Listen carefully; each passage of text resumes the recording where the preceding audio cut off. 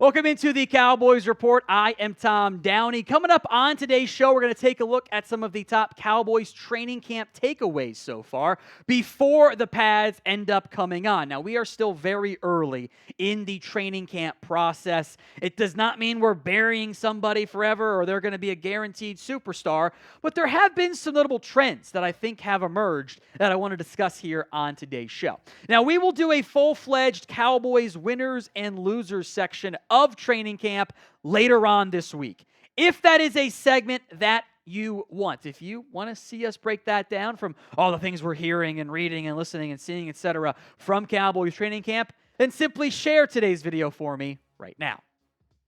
First up on the Cowboys training camp takeaways, early edition, pre-pads edition. To the surprise of nobody, some wide receivers are flashing. This happens every year.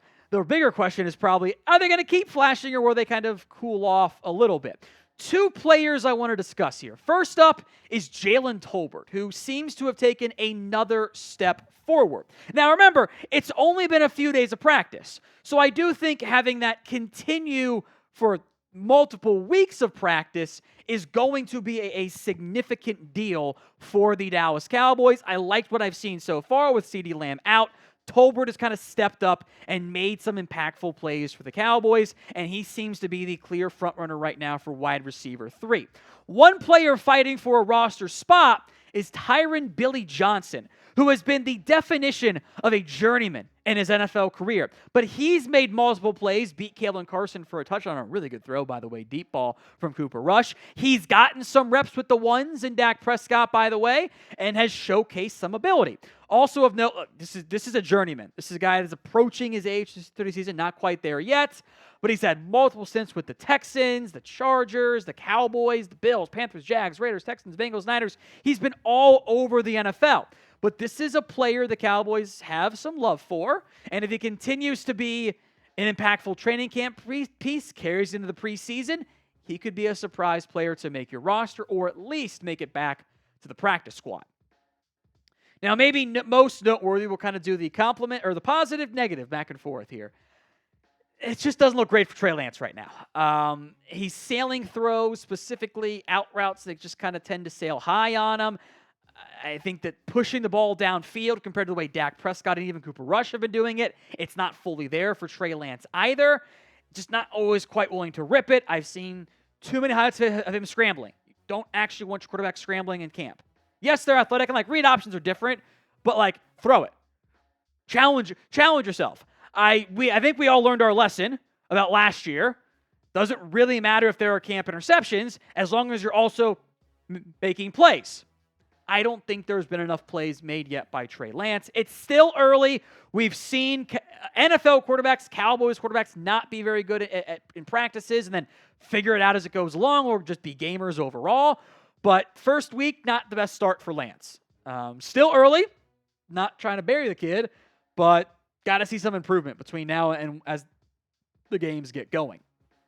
So what is your confidence level in Trey Lance? Scale it for me from 1 to 10. 1 on the low end, 10 on the high end. It is the pinned comment on today's show, so if the ad comes on the YouTube side, great. Ignore it. Head down there and be honest when you vote.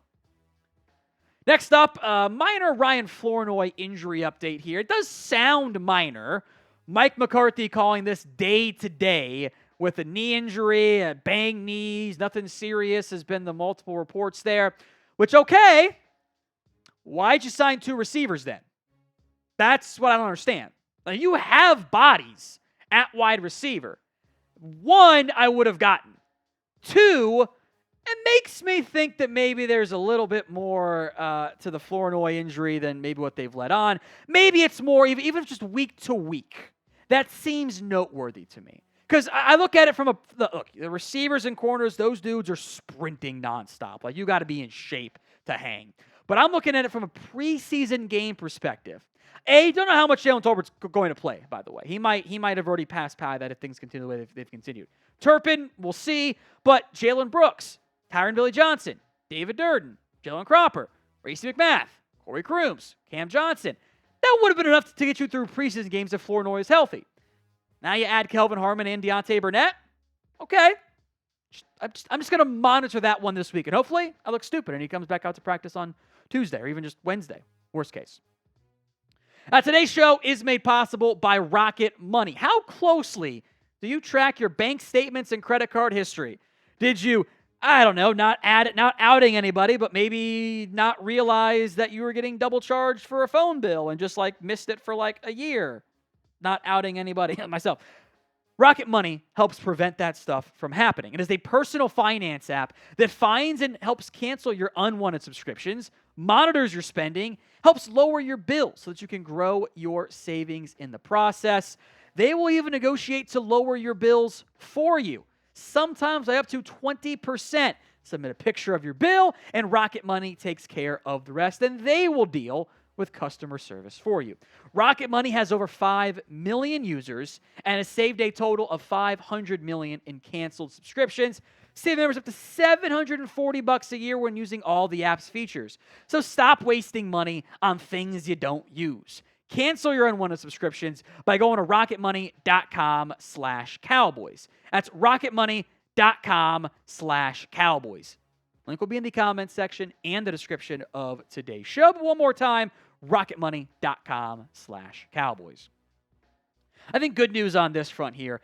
Tyler Guyton has gotten plenty of chances now to take over as the starting left tackle in reps and drills. He's been out there in actual live reps, and I thought, from all accounts, basically in the Sunday practice, Guyton held up pretty damn well against Micah Parsons. I don't think there's any better way for Guyton to learn and grow as a football player than to give him all of the first-team reps at left tackle and constantly throw Micah Parsons and Tank Lawrence at him. Micah's the gifted athlete. Tank's got a really good set of pass rush moves, by the way.